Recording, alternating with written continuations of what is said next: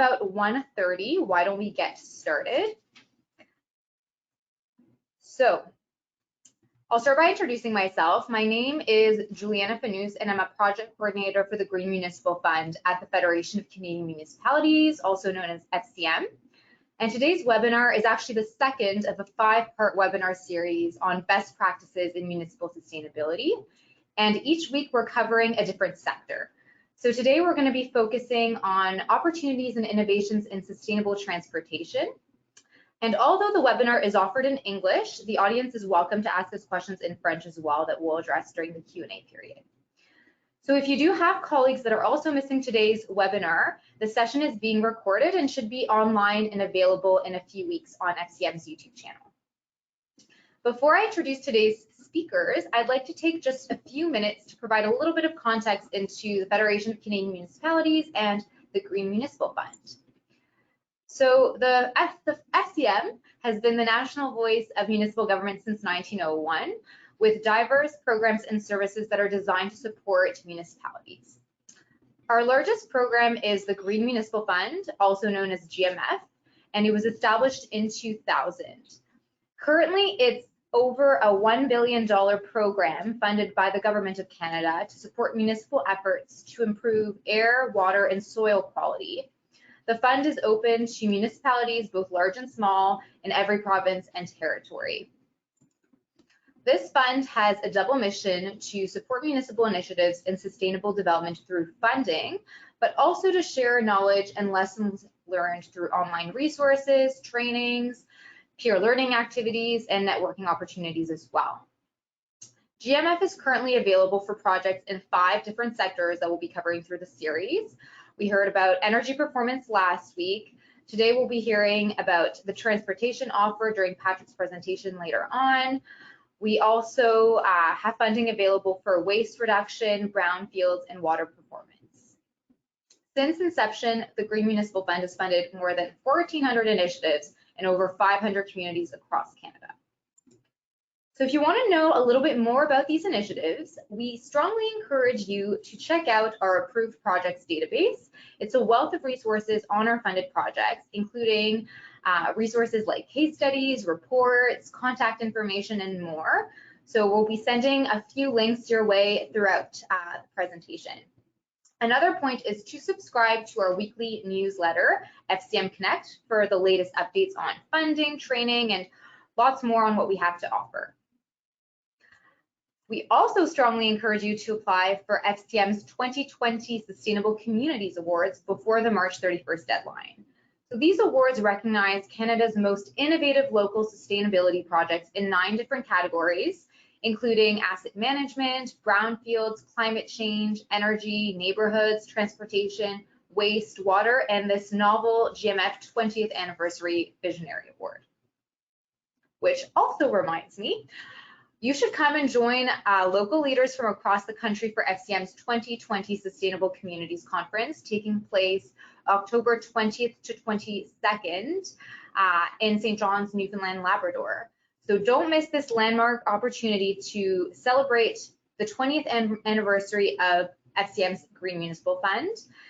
So whether your community is at the planning stage, running a pilot project, or ready to embark on a capital project, the SDC's program delivers relevant and interactive content that brings fresh insights to the challenges that we all face in our communities today. You'll also benefit from in-depth knowledge on how to access GMF's new funding offer. Registration for the conference opens online March 23rd at 1 p.m. Eastern.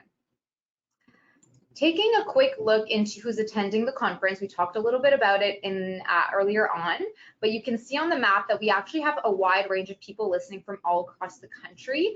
We're almost in every single province, and we also have some people listening from the Northwest Territories, which is really great to see.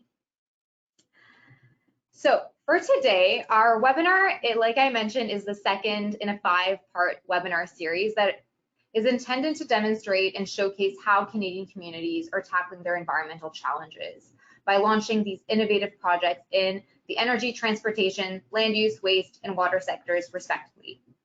You'll have the opportunity to learn more about these leading solutions that not only generate these environmental benefits through GHG reductions, but also focus on the social and economic benefits.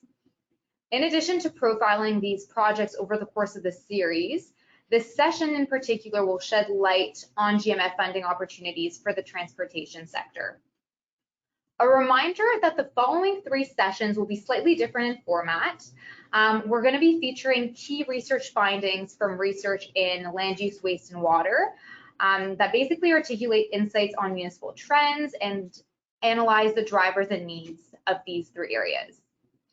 So today's session will spotlight the Accelerate Kootenays project, an electric vehicle charging station network, and we'll also present on how GMF can help support your next sustainable transportation initiative. We're fortunate enough today to be joined by 2 of our panelists. We have Megan Lohmann from the Community Energy Association and Patrick Kehoe from FCM. Thank you both for joining us today. And before I turn the floor over to you, a few housekeeping items. Megan will start her presentation for about 15 minutes, followed by Patrick, leaving about 15 minutes or so for questions. So please send us your questions through the question chat function, and we'll respond to them once the presentations are complete. And in that time, we'll try to move through as many as we can. So our first presentation today is Megan.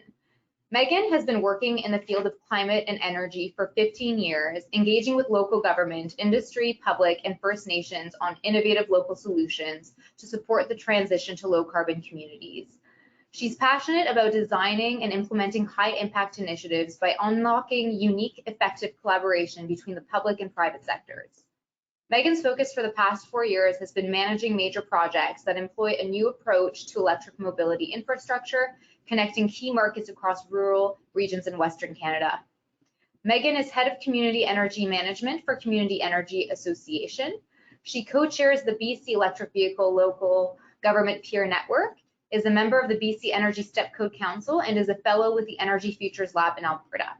And with that, it's my pleasure to hand things over to you, Megan. So we're passing over the control to you now. Great, thanks so much.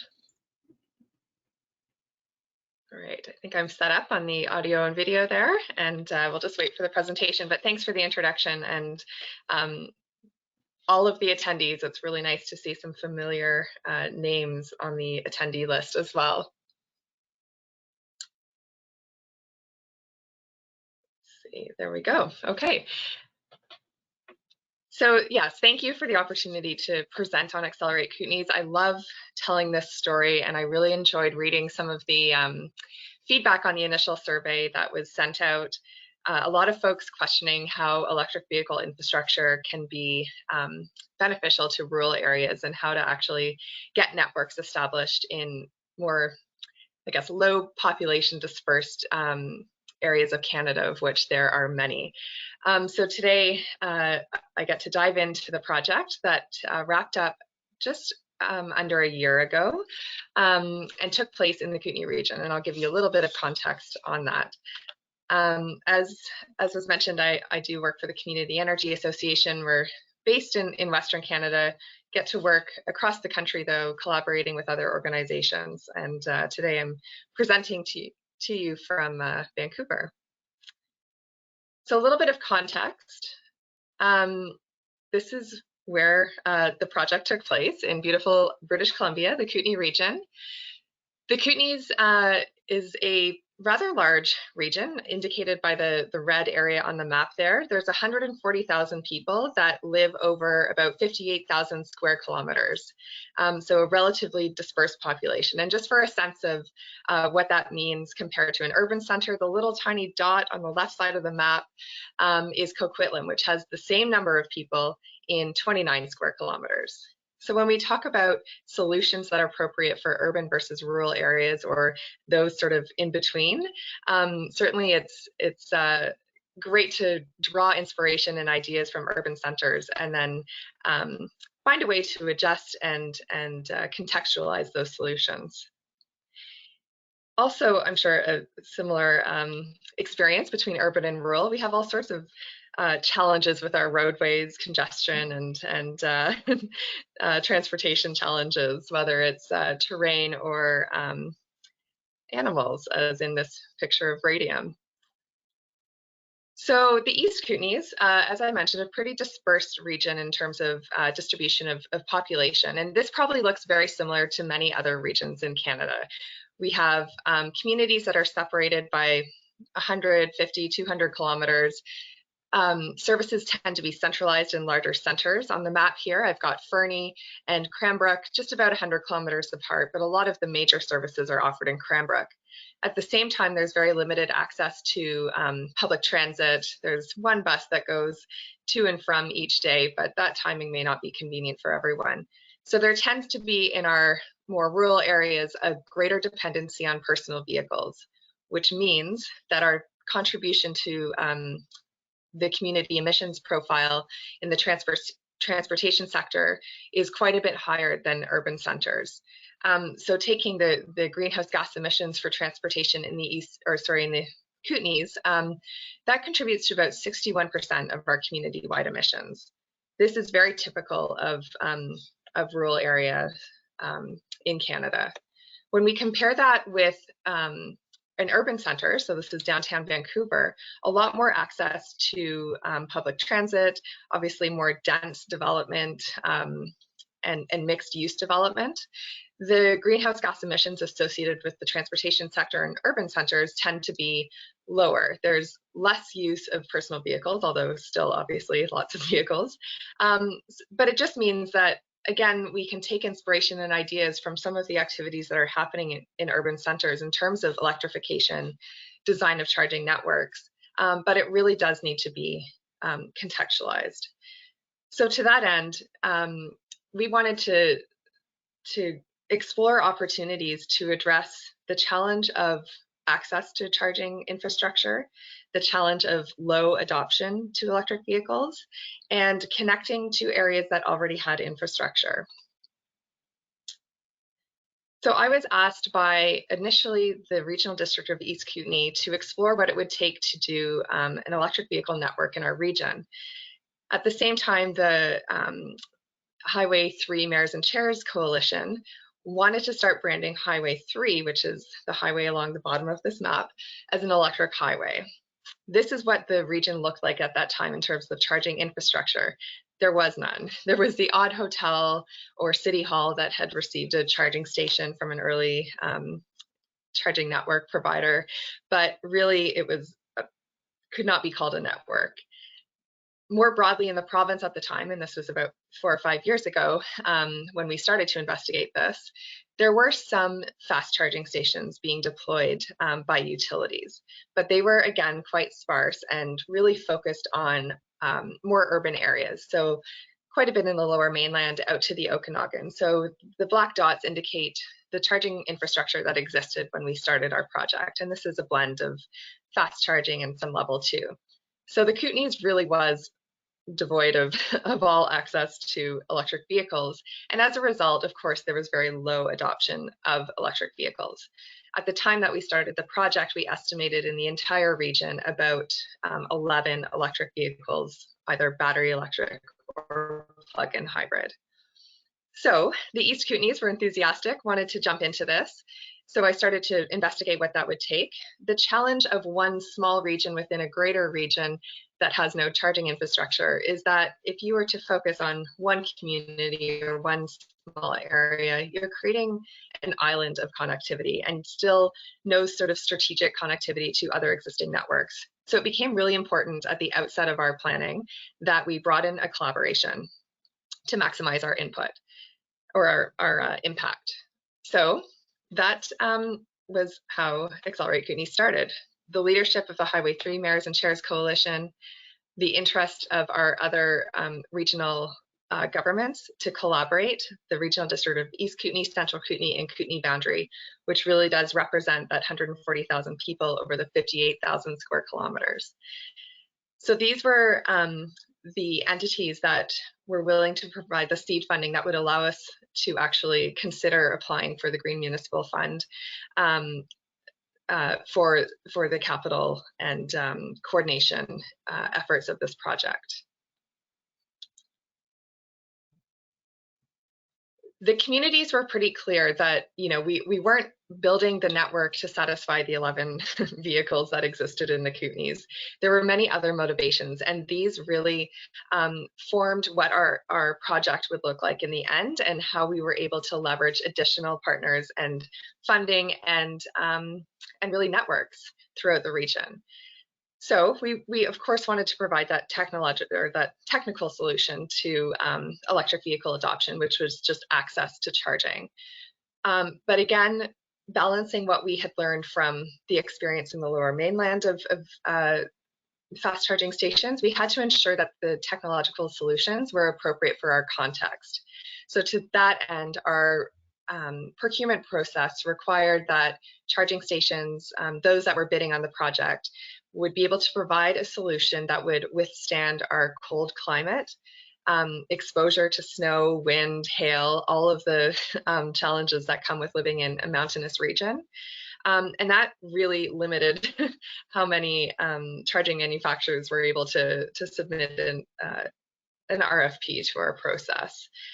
Really important to us that if it were minus 38 outside one day, that the charging infrastructure would actually work, perform, and be warranted, because those are the extremes that you don't want to be caught in an electric vehicle without access to charging. We also, of course, wanted to address that huge sector of our greenhouse gas emissions profile attributed to personal vehicle transportation. Of course, we didn't expect to, through the deployment of the stations, address that entire piece of the pie, but we knew that without a network to provide some confidence of future EV drivers, that they would have access to charging, that we would never be able to start to bring down that emissions profile. And then finally, because we weren't building the network necessarily to connect existing drivers at the time, we wanted to make sure that we were using good strategy in siting and deploying the network that would optimize the co-benefits for the communities. So that meant walkability to downtown cores or areas where visitors could come and spend their money, tourism, economic development, all of that sort of informed the process of project design and implementation. So with all of those various objectives, we were really able to frame the project to a wide variety of partners, and as a result come up with what ended up being a $1.8 million project. It really did grow as we formalized each step of the project, because it became an opportunity for new partners to engage and bring and leverage new opportunities to the initiative. So I mentioned the 3 regional districts that provided the seed funding. All of these other funders on the screen here, some were confirmed at the start of the project and others leveraged throughout the project. The 2 utilities that became involved, BC Hydro and Fortis BC, as I'll explain shortly, ended up being our owner-operators of the DC fast charging stations. So significant in-kind contribution and partnership to that degree, as well as some cash contribution. So others included Columbia Basin Trust, of course, FCM, the province of British Columbia, both Ministry of Energy and Mines and Ministry of Transportation and Infrastructure, and Tech.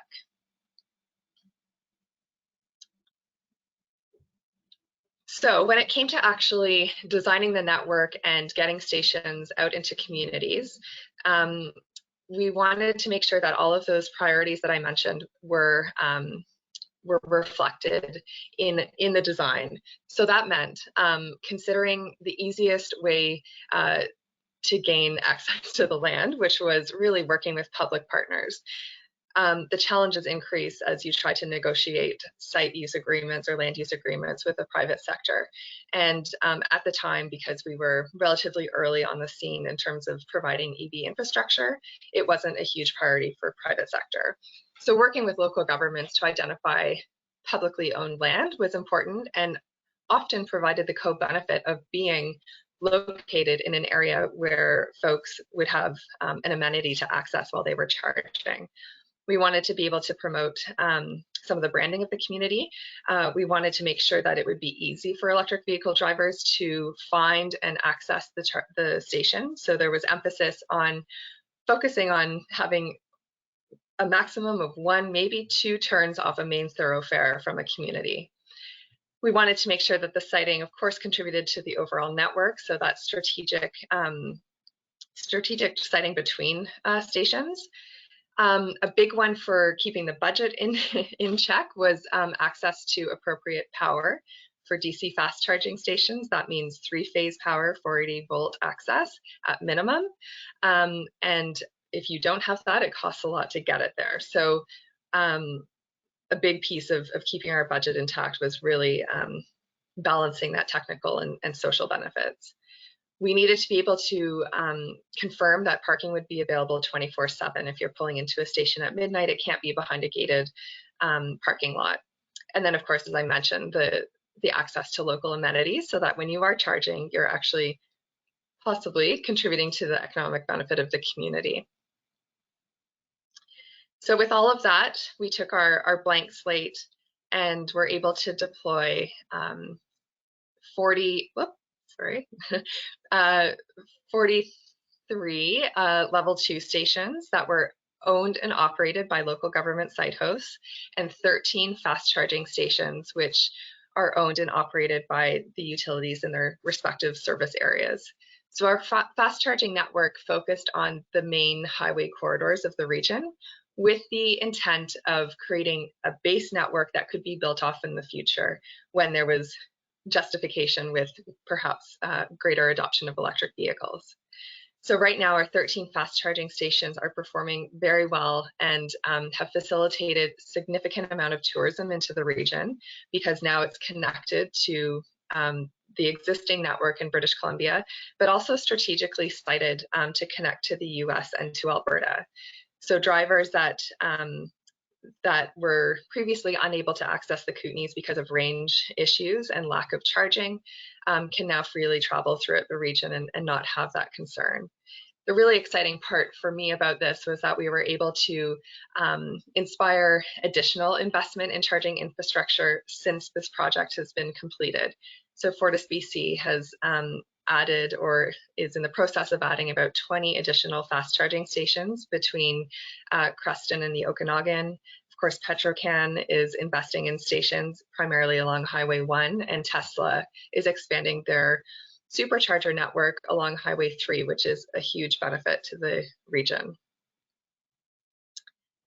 So briefly, the mechanics or the sort of process of the project, just to give you a really quick synopsis. It was based on and really built off of strong collaboration across the region, and a willingness of the regional districts to really come together to address in a more impactful way the charging gap that existed. It was very effective and efficient to have one procurement process on behalf of all of those site hosts that I mentioned, the 40 level 2s and the 13 fast chargers. And that allowed us to build into that procurement the climatic requirements, particularly that warranty to -40 and ability to connect to a network in the absence of cell service. We wanted to minimize the liability on all of the small communities, and a very important component of that was to ensure that we could find external owner operators for the DC fast charging sites. These are high value, high voltage equipment that really aren't appropriate for a small community to have as a liability. So certainly in the Accelerate Kootenays initiative, we were very grateful for the partnership with the utilities on this one. It was effective and efficient to coordinate all of the site assessments and deployment in a way that was, again, collaborative, so that we were maximizing our consultant resources. And then something that was leveraged out of it, it really wasn't a significant part of the project to start with, was the development of a single marketing, branding, and engagement strategy that, again, was supported across the whole region. That kicked off with a great celebration and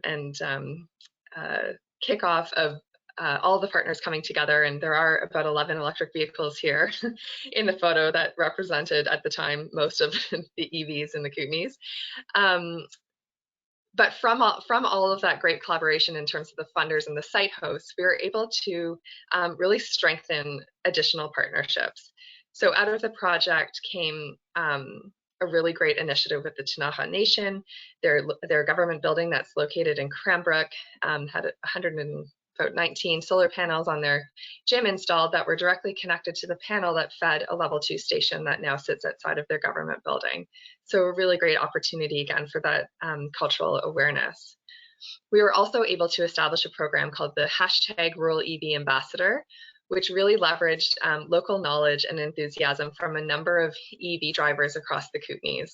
So these folks would come and show up at our outreach events and really talk human to human on what it was like to drive an EV in the Kootenays.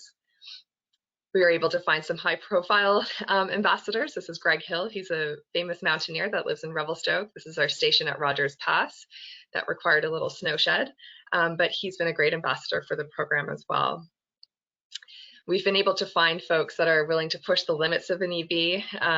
Certainly a canoe and bikes on a leaf minimizes the range a little bit, but this particular driver was the first one to have an EV in the Kootenays and is happy to share his story. Finding those local champions and ambassadors was a big game changer for us to expanding the conversation about applicability of EVs. Really what we wanted to do through the engagement was help people see themselves in an electric vehicle in the context that they're familiar with. So they want to go bike, they want to ski, they want to commute even between communities. You can do that in an electric vehicle, and it's just a cleaner way to do the things that you love. So I think I've probably gone past my time, but I'll just quickly let you know of what has come out of this in terms of other communities looking to accelerate Kootenays and replicating it. We're just about wrapping up a project in southern Alberta. Communities looked over the border and said, hey, we want to connect to that. They were able to apply for MSIP funding through FCM, really with the emphasis of providing 100% renewable electricity through EV stations to dramatically reduce the greenhouse gas emissions associated with transportation. So we're really excited about that Peaks to Prairies project. And then Northern BC as well applied for MSIP for the planning of a charging network. And through some provincial funding that they hope to hear about soon, that'll be deployed. So I will wrap it up. This is sort of my favorite example of the trifecta of tourism, infrastructure, and greenhouse gas emission reduction. This is a tourist from Alberta stopping in Sparwood to charge at the DC fast charging station, and there's some solar in the background on their district office.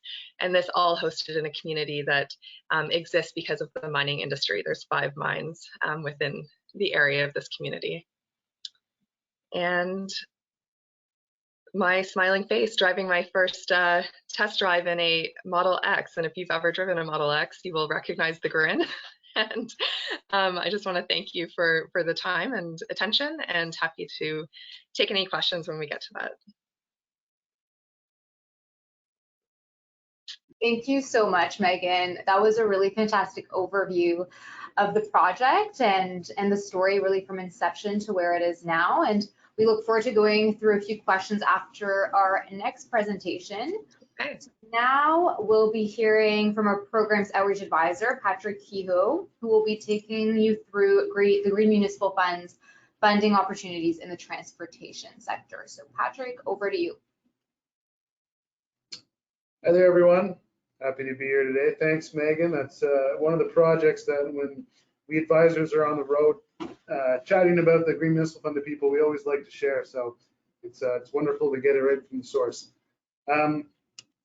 So as Juliana mentioned, I'm a programs advisor at the FCM, focusing mainly on the Green Municipal Fund at this point. And today I'm going to provide you a little bit about just what our transportation sector looks like and sort of what we can provide in terms of funding, what our eligibility criteria is specific to transportation, as well as share some of the other great projects that we've been funding recently in the transportation sector.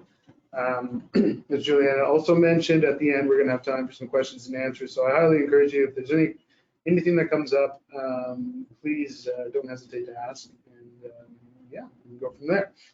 So to start off, like I said, I'm just going to talk a little bit about the types of projects that we can fund and what that funding actually looks like. So to start off, you might have a project in mind, and you need to complete a feasibility study. You need to look at the technical and financial feasibility of whatever your project might be. So really sort of at the planning stage and the design stage. For that, we provide grant funding. So this comes in the form of $175,000 maximum that can fund up to 50% of your project. So a really great way to start thinking about projects, look at the different sort of solutions that might be available out there, do a bit of a research on other projects that might have been done successfully that could work in your communities. So a really good way to start. Now, after you've completed that study, and we often see this in the transportation sector, is that you might want to pilot it. You might not want to jump all the way in right away. You might want to, test it out for a year or two, perhaps lease some vehicles if that's something you're looking at doing, and really see how that performs before you invest a lot of capital into something. So for that, again, this is grant-based, and we can cover 50 to 80% of eligible costs to a maximum of $500,000. So it's really quite a lot. And I'll mention quickly the difference between the 15 to 80% is for municipalities under 20,000 population. They have the possibility of receiving 80%. So that's just a little bit more of an incentive to get moving for those smaller communities. Communities over 20,000 are limited to the 50%, but still $500,000 can go quite a long way in some of these pilot projects. So you've done your study, maybe you've actually piloted, and things are looking good. You want to go ahead and do a full capital project. Now for that, it looks a little different. We can cover up to 80% for communities of all sizes of the eligible costs to a maximum of $10 million is sort of our starting ceiling. However, we will listen to higher requests than that. But this 10 million is based on a combination of a low interest loan and grant. So typically how it works is you would get a loan and then you would get a grant that is equal to 15% of that loan. So, for instance, if let's say it's a $10 million loan, you would then get a grant of $1.5 million on top of that. And really what that grant does is when you apply it to the interest of that loan, it really drives the effective interest rate quite low. So for example, right now for most municipalities, on a 10-year term, you're talking about an interest rate of about 0.16%, so quite low. Us as advisors and our internal credit analysts are able to crunch some of those numbers for you. So if you want to take a look at what other lending capabilities or lending options you have out there and compare it to what we do, we're available to do that analysis for you and to provide a bit more information on how the financing could work. So that's always something to look out for. Actually, I'll go back just a slide real quick. There's one extra thing I wanted to mention there is that, actually, you know what? I'll save that for a little bit. Excuse me. Go ahead. So the next question is who can apply? And for one, all municipal governments in Canada, whether you are a member of FCM or not, are eligible to apply. If you have a two-tier system, that could include regional governments, upper tier, lower tier. It's all good. Indigenous communities that provide municipal services also might be able to apply in isolation without a partnership with municipal governments. So that is something that is an option for us to discuss. But as we saw with the Accelerate Kootenays project, sometimes it makes sense to have a partner organization that's going to work with municipalities or a group of municipalities. So in that case, it's a community energy association. So it can be other NGOs like that, nonprofits, municipally owned corporations, private sector entities, universities, basically anyone who's not a provincial or federal entity is likely eligible to be a partner with a municipality or a group of municipalities on a project. Typically, that partnership with the municipality would require the municipality to contribute some of the funding for the project to show partnership.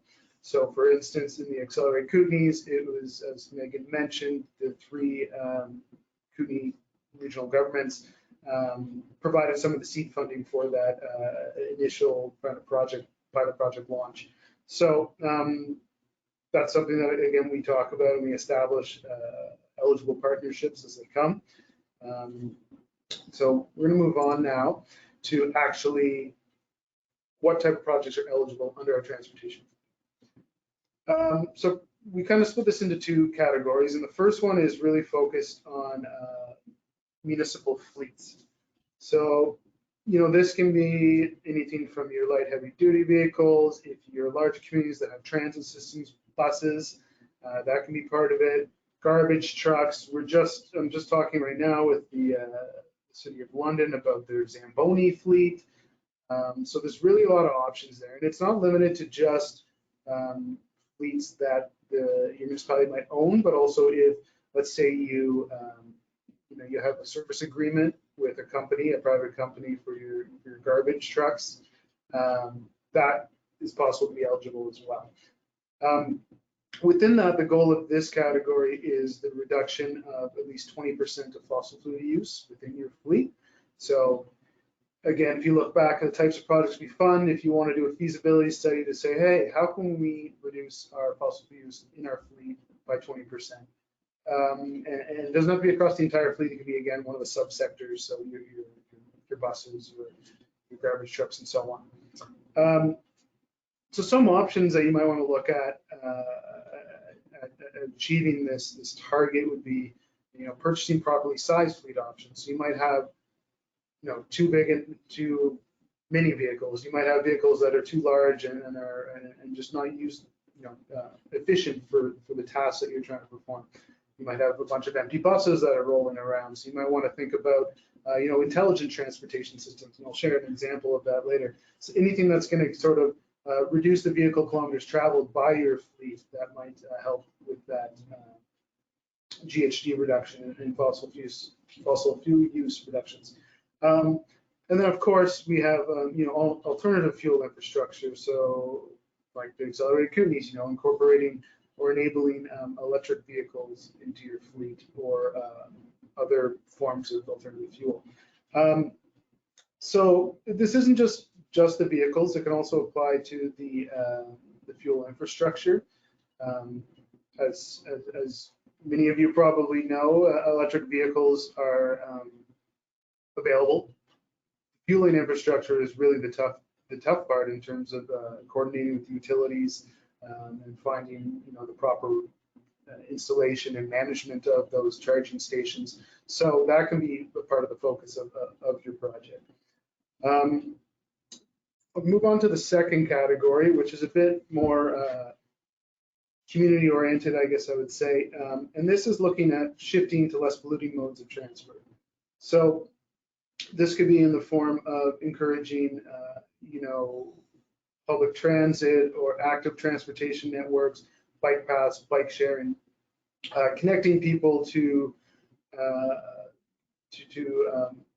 park and ride facilities, providing them with first mile, last mile solutions that are getting them to those transit nodes, and basically trying to lower those vehicle kilometers traveled and the amount of fossil fuel use that it takes to move people around.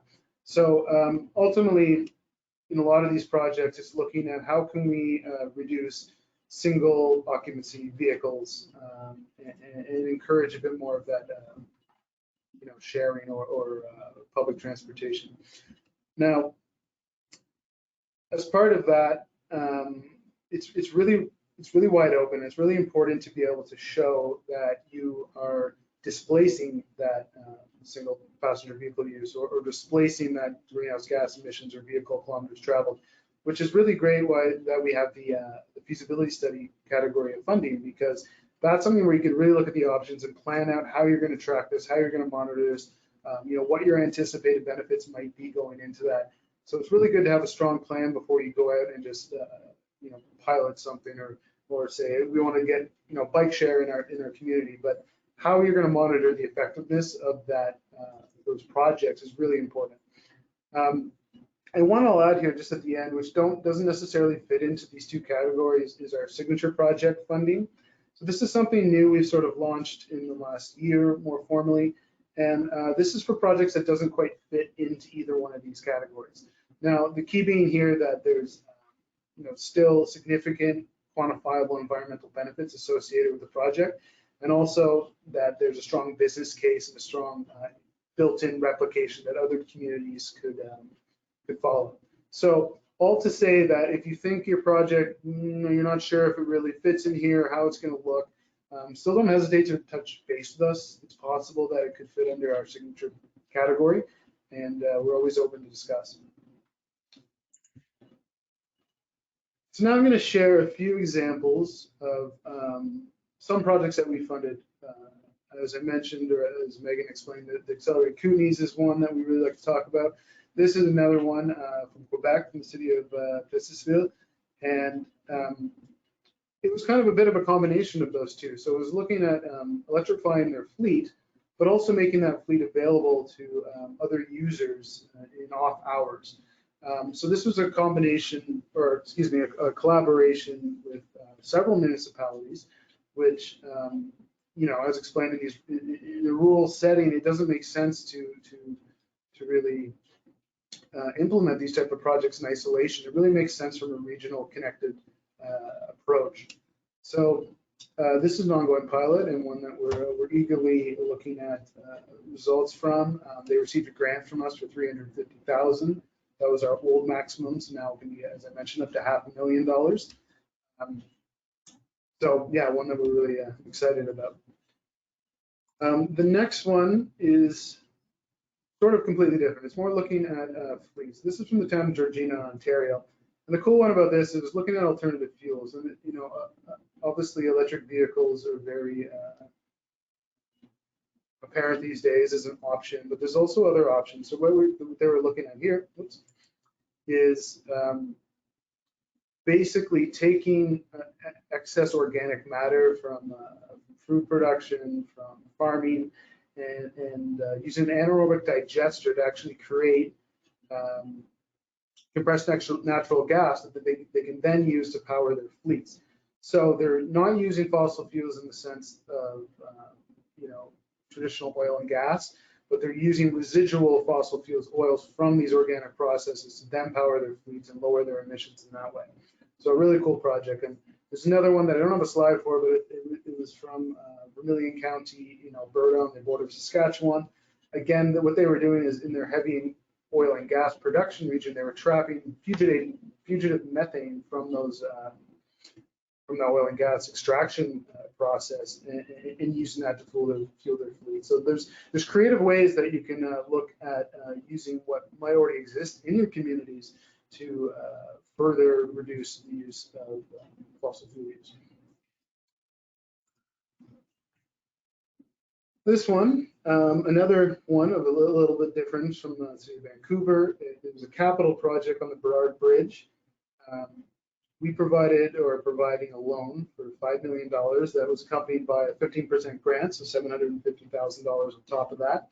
And this one was looking at adding cycling infrastructure to the Burrard Bridge, and that was under a construction process. So they're expected here to increase ridership and displacement of vehicle use by at least 10%, which is quite a lot.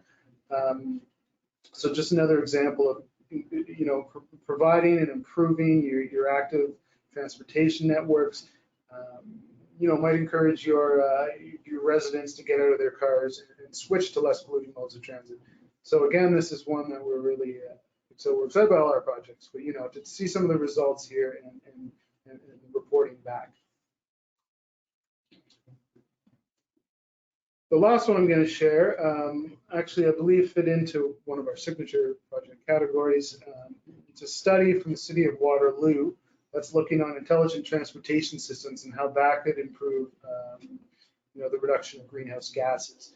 So this one through an organization, BioVision, is looking at how, if they, through connecting their transit light infrastructure, their stoplights, they can basically predict ways in which they can keep traffic moving, improve congestion, improve idling, and reduce that greenhouse gas emissions. So this one that we funded the study, and then we're going to be going into the larger program soon and seeing how that works out is something really exciting. And so it gives you an idea of some of the options out there for just improving even the intelligence of your transportation systems can make a really big difference without fuel switching, without right sizing, without transitioning to other modes of transit, just making the whole system smarter can really provide a lot of benefit. So that's the end of the quick examples that I'm showing there. And as Juliana mentioned, all these are, once completed, are available on our funded project database. So these are just some of the examples. There's lots of other examples, and really encourage you to check some of those out. Key takeaways. As you can see, we fund a variety of initiatives. We're not pigeonholing certain exact projects that you have to look at. They need to be able to show environmental benefits, but other than that, we're really open to ideas, innovative ideas that might be coming from your municipalities or from others that you've seen. So please reach out. We really do our best to try and meet your needs with our resources, our tools, and our advisors like myself. We have a team of advisors, and our job is to speak about these projects before you apply.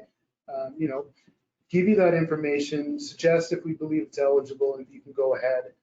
Help you with any questions you have regarding the application form and process itself. Like I said, start crunching some of those numbers to see if the financial sense makes it worth it for you to engage in a loan process. So by all means, please reach out. My information is at the end here.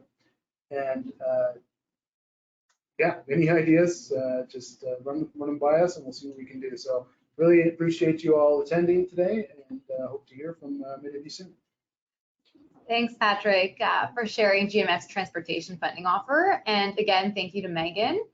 I think together this really provides a great jumping off opportunity to discuss the possibilities in supporting more sustainable transportation across the country. So without further ado, we have about 10 to 15 minutes remaining to tackle questions in the chat function. So I'd like to remind Patrick and Megan to answer briefly to allow for as many as possible. So I'll probably be alternating between some questions between Megan and Patrick. So I'll start off with you, Megan. We actually have a wide range of questions really targeting issues from the pre-planning phase all the way to the results stage. So one of the things that a lot of people in a lot of communities I think are struggling with are strategies to convince decision makers to buy in and invest in the electric vehicle industry. So do you have any recommendations or suggestions for those who would like some more community support from their local governance? So I'll assume that the focus is more on infrastructure as opposed to integrating vehicles, although they're hand in hand. But yes, I think that it's important to frame the opportunity of expanding infrastructure in a way that resonates with the priorities and goals and objectives of a community. So I'll just use the example of Alberta because that was a more recent one that, rural Alberta, southern Alberta, not a lot of electric vehicles in that area at this point either. But it was the framing of the opportunity to connect to other markets like the BC network, the expanding Montana network, for tourism and economic development opportunities. That was really the frame that resonated with the decision makers there to formalize the collaboration and go for the funding.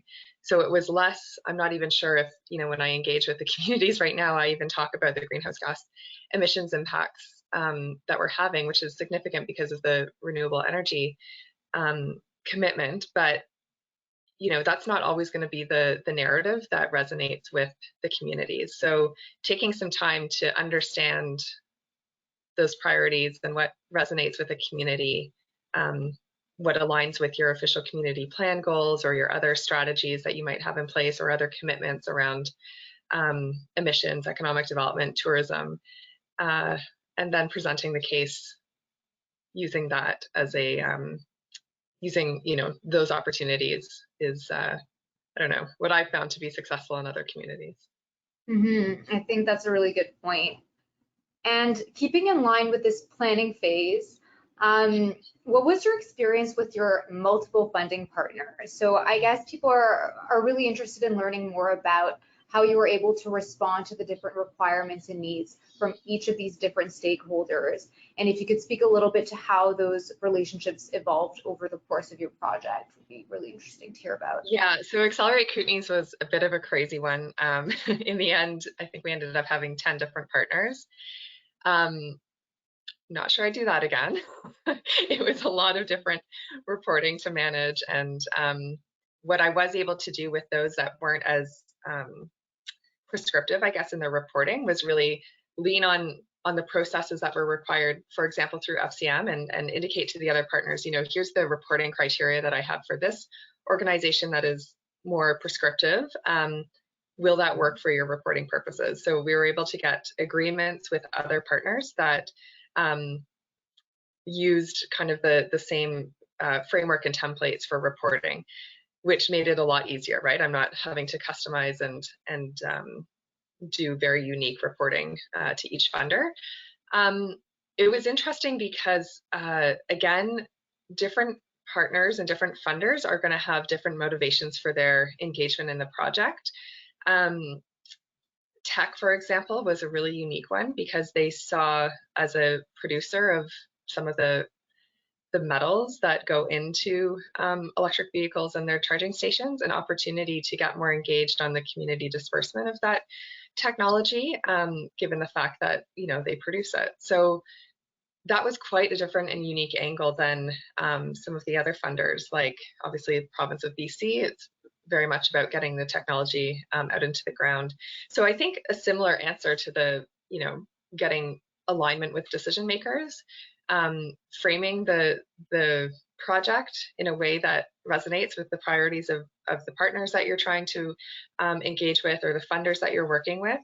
You know, in the end, we're trying to get this infrastructure out there for multiple reasons, whether it's economic development, tourism, greenhouse gas emission reduction, transition to emerging technologies.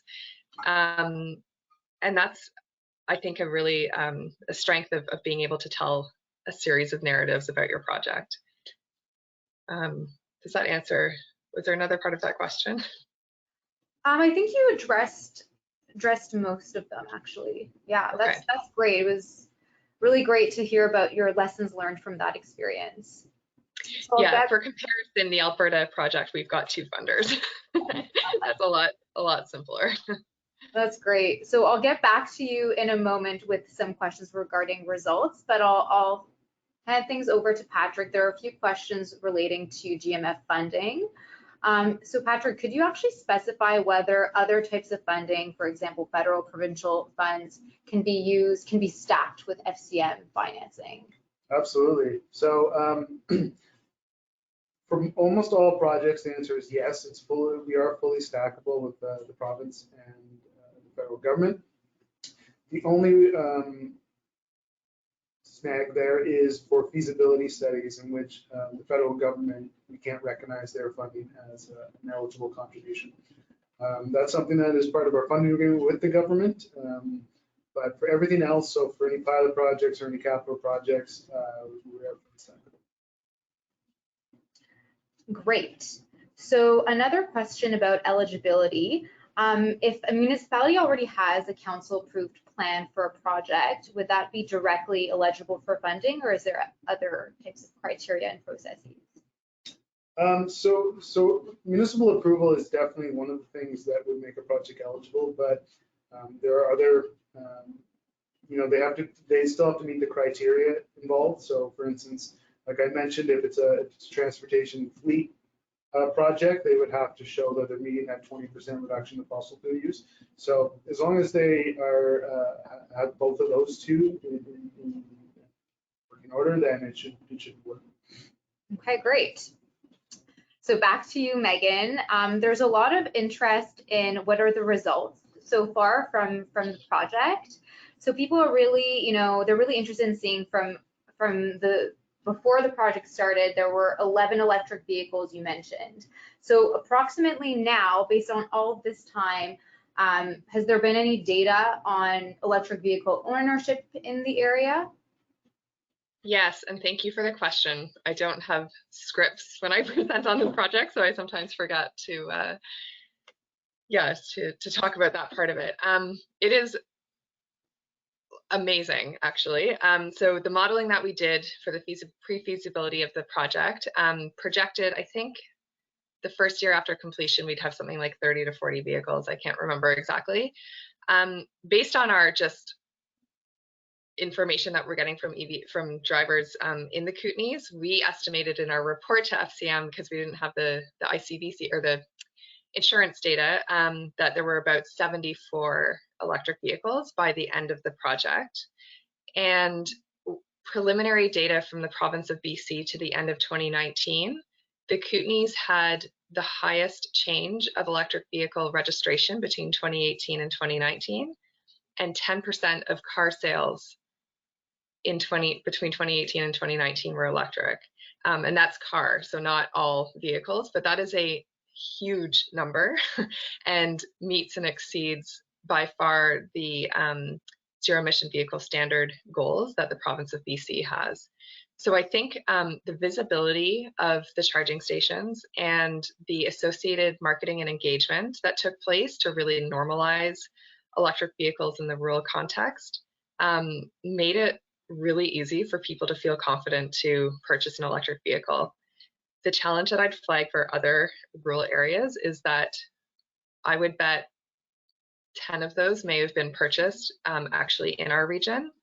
The supply issue of electric vehicles in rural areas is significant. So just the distribution of EVs across the country, and particularly those that don't have incentives or ZEV mandates, does make access to the vehicles difficult, long waiting lists, things like that. So that's something that on the side we're trying to address with dealerships, although they have very little control over that.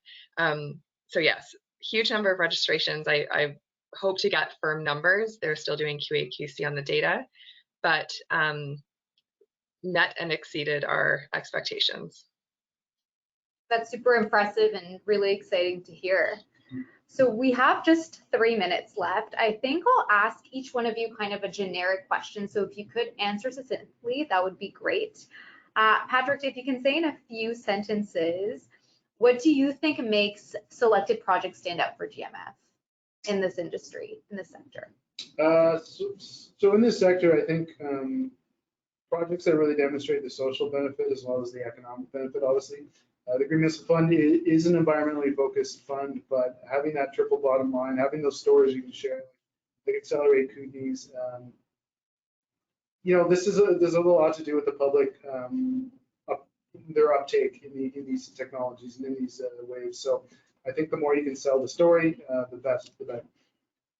Okay, great. And Megan, if you could, highlight your key takeaways from the project, or even some of the most significant lessons you learned throughout the development of the project. Yeah, I mean, there's so many. Okay, but quickly, I think I would, well, when we really were asked by the Southern Alberta communities to support their network, one of the key takeaways I took from Accelerate Kootenays was like simplify the procurement process and the process of identifying your owner operator of the fast charging equipment. So we actually did a comprehensive procurement process for that, which included a call for an owner operator, supplier of equipment, and installer of equipment in one bidding process, which streamlined everything. I can't even tell you how much easier it was to not do those pieces in discrete ways, which was just, I didn't know before doing that, helping with the Accelerate Kootenays one. So finding ways to simplify and streamline to minimize the coordination really of all of those elements that are really not the role of the local government. You shouldn't be installing fast charging stations with your local electrician within the municipality. It's not the best use of resources when there are people out there, private sector, that is keen to get in on this emerging opportunity. Right, thanks. That was really insightful. So we have just about a minute left. I think we're going to wrap up questions for now. But for those of you whose questions we didn't have time to address, I would highly recommend that you contact Megan and Patrick directly. So another big thank you to you both for your time today. It was a really engaging session, and we really appreciate the time you took to join us. A reminder that the recording from today's session, including audio and video, should be available in a few weeks on FCM's YouTube channel.